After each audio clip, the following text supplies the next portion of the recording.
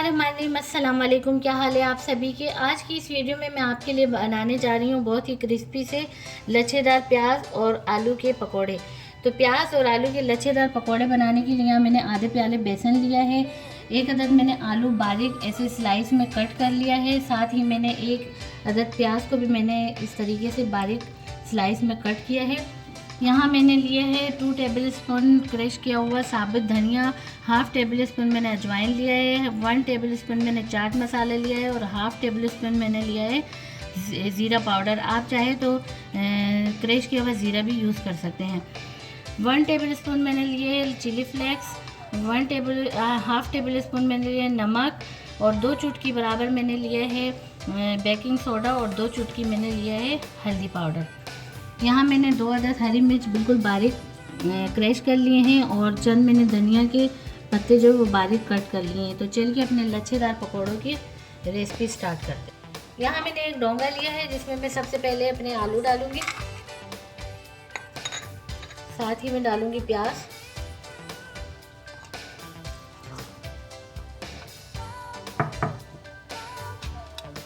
हरी मिर्च, हरा धनिया और ऊपर से मैं डालूंगी बेसन। इनको हाथ की मदद से अच्छे से मिक्स करूंगी।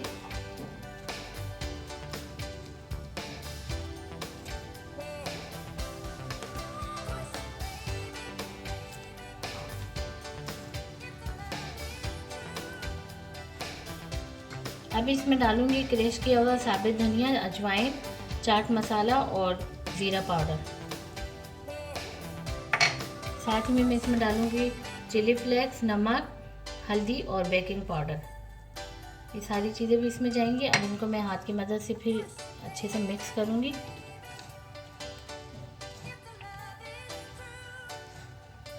और हम क्या करेंगे, इसमें थोड़ा थोड़ा सा पानी डालेंगे। पानी हम बहुत ज़्यादा नहीं डालेंगे क्योंकि हमने जो है बिल्कुल लूज़ बैटर नहीं बनाना। हमने पानी इतना ही डालना है कि बस ये आलू, प्याज और ये जो चीज़ें हैं ये एक साथ स्टिच हो जाए, यानी चिपक जाए।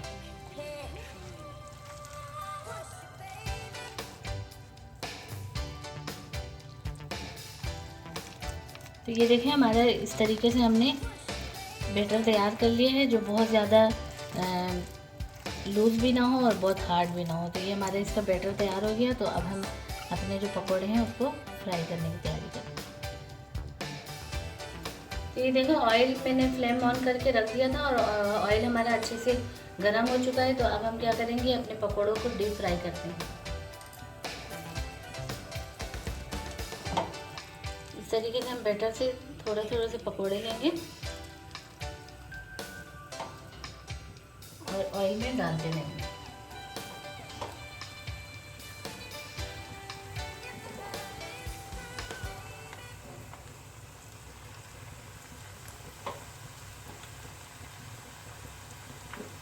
फ्लेम हमने पहले हाई रखा था ताकि हमारा ऑयल जो है वो अच्छे से गर्म हो जाए। तो अब हम क्या करेंगे, इसको मीडियम लो पे कर देंगे ताकि पकोड़े जो है वो अच्छे से गोल्डन से फ्राई हो, सुनहरे से, ज़्यादा डार्क कलर में जले नहीं।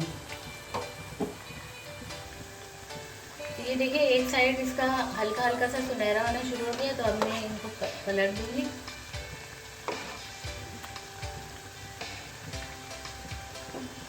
और इसी तरीके से मैं तमाम के जो साइड है वो टर्न करके और पलट दूँगी।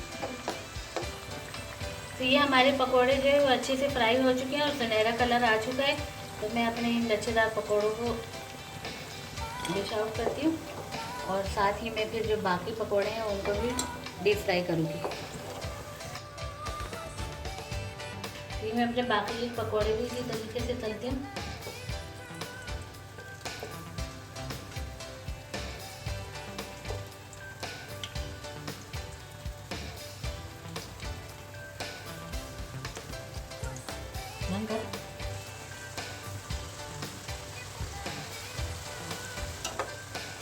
इनके साइड में चेंज करती हूँ। एक साइड से ये सुनहरे से फ्राई हो चुके हैं तो मैं इनके साइड चेंज करती हूँ।